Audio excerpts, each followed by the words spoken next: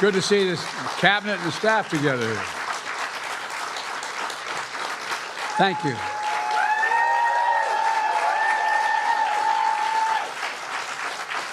Thank you, thank you, thank you. Please. Thank you, thank you, thank you. It's good to see you all, particularly good to see my granddaughter sitting in the front row here. Hi, Finn. How are you, honey?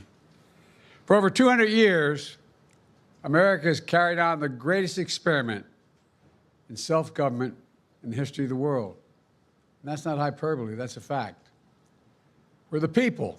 The people vote and choose their own leaders, and they do it peacefully. And we're in a democracy. The will of the people always prevails. Yesterday, I spoke with President-elect Trump to congratulate him on his victory.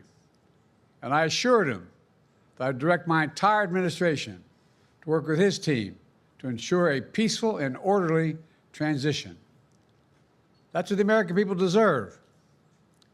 Yesterday, I also spoke with Vice President Harris. She's been a partner and a public servant.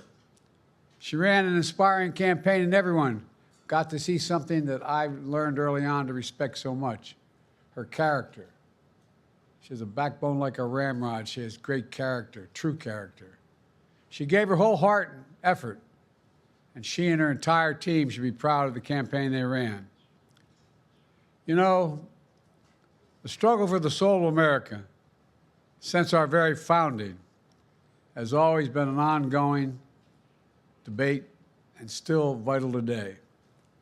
I know for some people, it's a time for victory, to state the obvious. For others, it's a time of loss. Campaigns are contests of competing visions. The country chooses one or the other.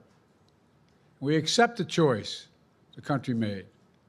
I've said many times, you can't love your country only when you win.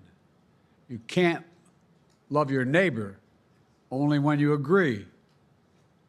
Something that I hope we can do, no matter who you voted for, is see each other not as adversaries, but as fellow Americans. Bring down the temperature. I also hope we can lay to rest the question about the integrity of the American electoral system. It is honest, it is fair, and it is transparent. And it can be trusted, win or lose. I also hope we can restore the respect for all our election workers who busted their necks and took risks at the outset. We should thank them. Thank them for staffing voting sites, counting the votes, and protecting the very integrity of the election. Many of them are volunteers who do it simply out of love for their country. And as they did their duty as citizens, I will do my duty as president. I'll fulfill my oath, and I will honor the Constitution. On January 20th, we'll have a peaceful transfer of power here in America.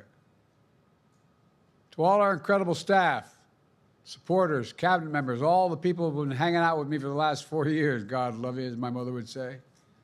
Thank you so much. You put so much into the past 4 years. I know it's a difficult time. You're hurting. I hear you and I see you. But don't forget all that we accomplished. It's been a historic presidency. Not because I'm president, because what we've done, what you've done. A presidency for all Americans. Much of the work we've done is already being felt by the American people, but the vast majority of it will not be felt over the next 10 years. We have legislation we passed that's just only now just really kicking in. We're going to see over $1 trillion worth of infrastructure work done, changing people's lives in rural communities and communities that are in real difficulty because it takes time to get it done. And so much more it's going to take time, but it's there. The road ahead is clear, assuming we sustain it. There's so much we can get done and will get done based on the way the legislation was passed. And it's truly historic. You know, we're leaving behind the strongest economy in the world. I know people are still hurting, but things are changing rapidly. Together, we've changed America for the better. Now we have 74 days to finish the term, our term. Let's make every day count. That's the responsibility we have to the American people. Look, folks, you all know it in your lives. Setbacks are unavoidable, but giving up is unforgivable. Setbacks are unavoidable, but giving up is unforgivable. We all get knocked down, but the measure of our character, as my dad would say, is how quickly we get back up. Remember, a defeat does not mean we are defeated. We lost this battle. The America of your dreams is calling for you to get back up. That's the story of America for over 240 years and counting. It's a story for all of us, not just some of us. The American experiment endures. We're going to be okay, but we need to stay engaged. We need to keep going. And above all, we need to keep the faith. I'm so proud to have worked with all of you. I really mean it. I sincerely mean it. God bless you all. God bless America. And may God protect our troops. Thank you, thank you, thank you.